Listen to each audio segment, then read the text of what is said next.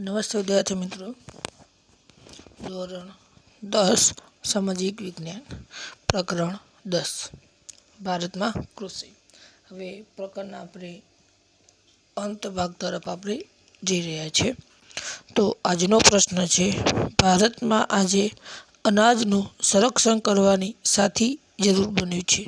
એટલે કે જે ભારતની અંદર જે અનાજ છે અનાજનું સંરક્ષણ કરવાનું સાથી જરૂર બન્યું છે. આ પ્રશ્ન આઈએમપી છે, એટલે આપણે યાદ રાખવો પડે. મોસ્ટ આઈએમપીની પણ આઈએમપી તૈયારી રાખવાની આપણે. તો જોઈએ આપણે તો ભારતમાં આઝાદી પછી હરિયાળી ક્રાંતિ થવાથી અનાજના ઉત્પાદનમાં સ્વાવલંબી બન્યો છે, પણ સાથે સાથે દેશની વસ્તીમાં પણ વધારો થયો છે. તો જ્યારે ભારત દેશ આઝાદ થયો ત્યાર પછી આપણા ભારત દેશની અંદર હરિયાળી ક્રાંતિ સ્થપાઈ છે. અને જ્યારથી આ હરિયાળી ક્રાંતિ સ્થપાઈ ત્યારથી ભારત દેશ અનાજના ઉત્પાદનમાં સ્વાવલંબી બન્યો છે. એટલે કે આપણે અનાજની જેટલી જરૂરિયાત છે એટલું આપણે ઉત્પાદન કરીએ છીએ. દરેક પ્રકારના અનાજનું ઉત્પાદન ભારત દેશમાં થાય છે. પણ ઉત્પાદન વધ્યું, પણ સાથે સાથે દેશની વસ્તીમાં પણ વધારો થયો છે. અને એટલા માટે દેશની વસ્તી પ્રમાણે વસ્તીની જરૂરિયાત છે એટલા પ્રમાણે અનાજનું ઉત્પાદન થવું પણ જરૂરી છે. એટલા માટે અનાજનું સંરક્ષણ કરવાની જરૂરિયાત ઊભી થઈ છે. ઈસવીસન 1951માં ભારતની વસ્તી 36 કરોડ 10 લાખ હતી. તે ઈસવીસન 2011માં વધીને 121 કરોડ થઈ. તેથી દેશમાં અનાજની માંગમાં વધારો થયો છે. તો આપણે જોઈએ, ઈસવીસન 1951માં ભારત દેશની વસ્તી 36 કરોડ 10 લાખ હતી. કલ્પના કરો, ફક્ત 36 કરોડ 10 લાખ હતી 1951માં. જ્યારે 2011માં આ વસ્તી વધીને કેટલી થઈ? 121 કરોડ જેટલી થઈ ગઈ. કેટલી બધી વસ્તીનું પ્રમાણ વધી ગયું છે. અને એના કારણે અનાજની માંગમાં વધારો થયો છે. એટલે કે દિવસે દિવસે અનાજની જે માંગ જે છે એ અનાજની માંગમાં ધીરે ધીરે વધારો થઈ રહ્યો છે. અને એટલા માટે દરેક વ્યક્તિ સુધી અનાજ પહોંચે એટલું જ ઉત્પાદન હવે ભારત દેશને કરવાની જરૂરિયાત ઊભી થઈ છે. આજે દેશની ન્યૂનતમ જરૂરિયાત પૂરી કરી શકાય એટલું અનાજ દેશના ગોદામોમાં છે. કારણ તો આજે દેશની અંદર જેટલી જરૂરિયાત છે એટલું અનાજ આપણે ગોદામમાં રાખીએ છીએ, એટલે કે સંગ્રહ કરીએ છીએ. કેમ? તો આપણે જોઈએ તો ઈસવીસન 1950-51માં ભારતમાં લગભગ 51 કરોડ ટન અનાજ પેદા થયું હતું. 1950 અને 51માં ભારત દેશમાં કુલ 51 કરોડ ટન, કેટલું? 51 કરોડ ટન અનાજ પેદા થયું હતું. જે ઈસવીસન 2013 અને 14માં વધીને 265.04 કરોડ ટન થયું હતું. તો તમે જોઈ શકો છો કે અનાજના ઉત્પાદનમાં પણ વધારો થયો. વસ્તી તો વધી, સામે અનાજનું ઉત્પાદન પણ વધ્યું. 1950-51માં 51 કરોડ ટન અનાજનું ઉત્પાદન થયું હતું. જે 2013 અને 14માં આ અનાજનું ઉત્પાદન વધીને કેટલું થયું છે? 265.4 કરોડ ટન થયું છે. અને એના કારણે આજે દેશની ન્યૂનતમ જરૂરિયાતો પૂરી કરી શકાય એટલું અનાજ દેશના ગોદામમાં છે. તો આજે દેશના લોકોની ન્યૂનતમ એટલે કે પ્રાથમિક જરૂરિયાતો સંતોષ કરી શકાય એટલું અનાજ દેશના ગોદામોમાં ભરે છે. ગોદામ એટલે કે જે અનાજનો સંગ્રહ કરવામાં આવે છે એને આપણે ગોદામ કહીએ.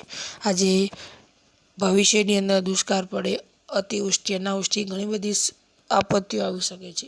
અનાજનું ઉત્પાદન ન પણ થાય તો આવી કપરી સ્થિતિમાં દરેક લોકોને પૂરતા પ્રમાણમાં અનાજ મળી રહે એટલા માટે સરકાર અનાજોનું ગોદામ રાખે છે કે જ્યાં અનાજનો સંગ્રહ કરવામાં આવે છે. અને જ્યારે જરૂરિયાત પડે ત્યારે અનાજ લોકો સુધી પહોંચાડવામાં આવે છે.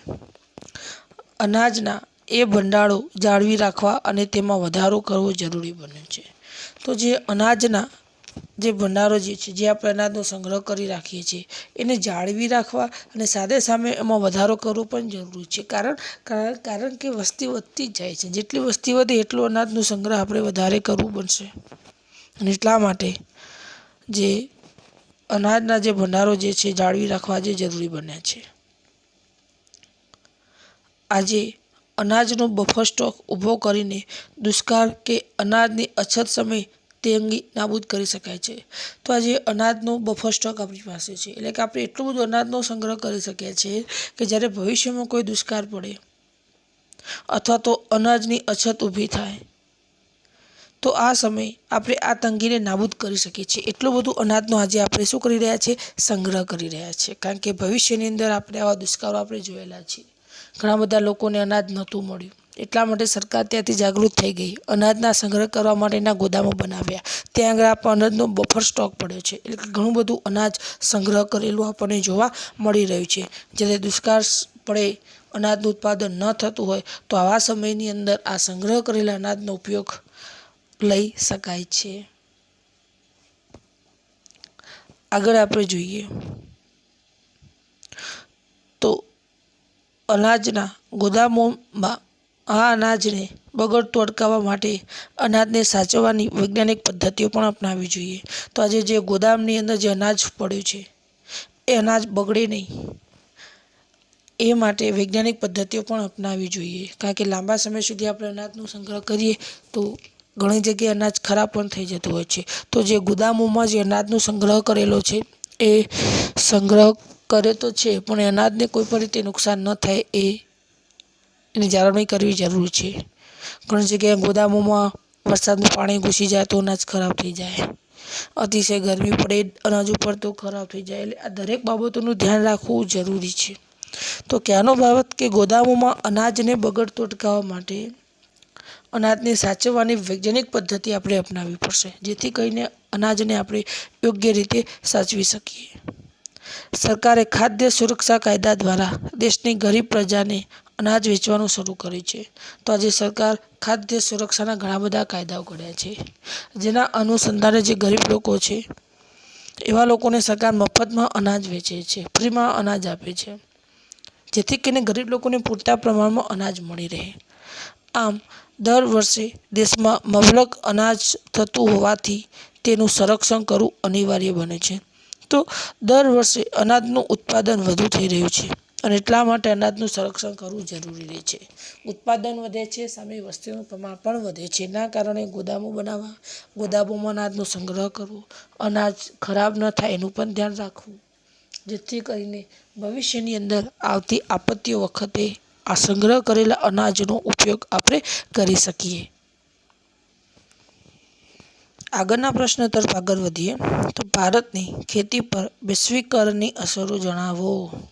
તો ભારતની ખેતી પર વૈશ્વિકીકરણની કેવી અસર થઈ? આ પરીક્ષા માટે મોસ્ટ આઈએમપી પ્રશ્ન છે, એટલે આ પ્રશ્ન આપણે તૈયાર કરવાનો છે. તો ભારતની ખેતી પર વૈશ્વિકીકરણની અસર જણાવો. તો વૈશ્વિકીકરણની કેવી અસર છે આપણે જોઈએ તો ભારત સરકારે વૈશ્વિકીકરણની નીતિ અપનાવી હોવાથી ખેત પેદાશોની આયાત અને નિકાસ કરવા માટેની પ્રક્રિયા સરળ બનાવવામાં આવે છે. તો ભારત દેશે પણ વૈશ્વિકીકરણની નીતિ અપનાવી. આપણે જોઈ ગયા આર્થિક ઉદારીકરણની અંદર વૈશ્વિકીકરણની અસર એમાં પણ આપણે જોઈ ગયા હતા. તો ભારત સરકારે પણ વૈશ્વિકીકરણની નીતિ અપનાવી, જેથી જે ખેત પેદાશો એટલે કે ખેતીમાંથી જે પાકો ઉત્પાદન થાય છે એની આયાત અને નિકાસ કરવા માટેની જે પ્રક્રિયા જે છે સરળ બનાવી, જેના કારણે આપણે આસાનીથી કોઈ પણ દેશ સાથે ખેત પેદાશોની આયાત પણ કરી શકીએ છીએ અને આસાનીથી આપણે નિકાસ પણ આપણે કરી શકીએ છીએ.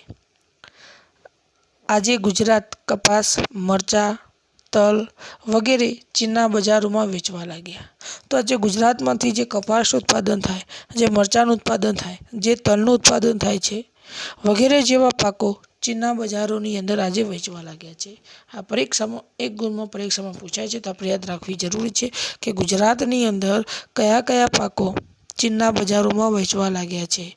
તો ગુજરાતના કપાસ, યાદ રાખજો, ગુજરાતના કપાસ, મરચાં, તલ વગેરે ચીનના બજારોમાં વેચવા લાગ્યા છે. તો આ બધી ચીજ વસ્તુ આપણે ચીનમાં વેપાર કરી રહ્યા છીએ. જ્યારે વિશ્વના વિવિધ ફળો ભારતના બજારોમાં વેચવા લાગ્યા. તો વિશ્વની અંદર વિવિધ પ્રકારના જે ફળો જે છે એ ફળો હવે ભારતના બજારોમાં વેચવા લાગ્યા. એટલે કે જે બીજા દેશોમાં જે ફળોનું ઉત્પાદન થાય છે ભારતમાં આવી રહ્યા છે. દાખલા તરીકે સાઉદી અરેબિયા, ત્યાંથી ખજૂર આપણા ભારત દેશમાં વેચવા માટે આવે છે. એટલે કે કહેવાનો બાબત કે વિશ્વની અંદર જે અવનવા જે ફળો થાય છે ભારત દેશની અંદરનો વેપાર થઈ રહ્યો છે. એટલે કે હવે આપણે કોઈ પણ ખેત પેદાશોની આયાત અને નિકાસ આસાનીથી આપણે કરી શકીએ છીએ. ભારતનો માલ આસાનીથી બીજા દેશોમાં જઈ રહ્યો છે અને બીજા દેશોનો માલ આસાનીથી ભારતમાં આવી રહ્યો છે.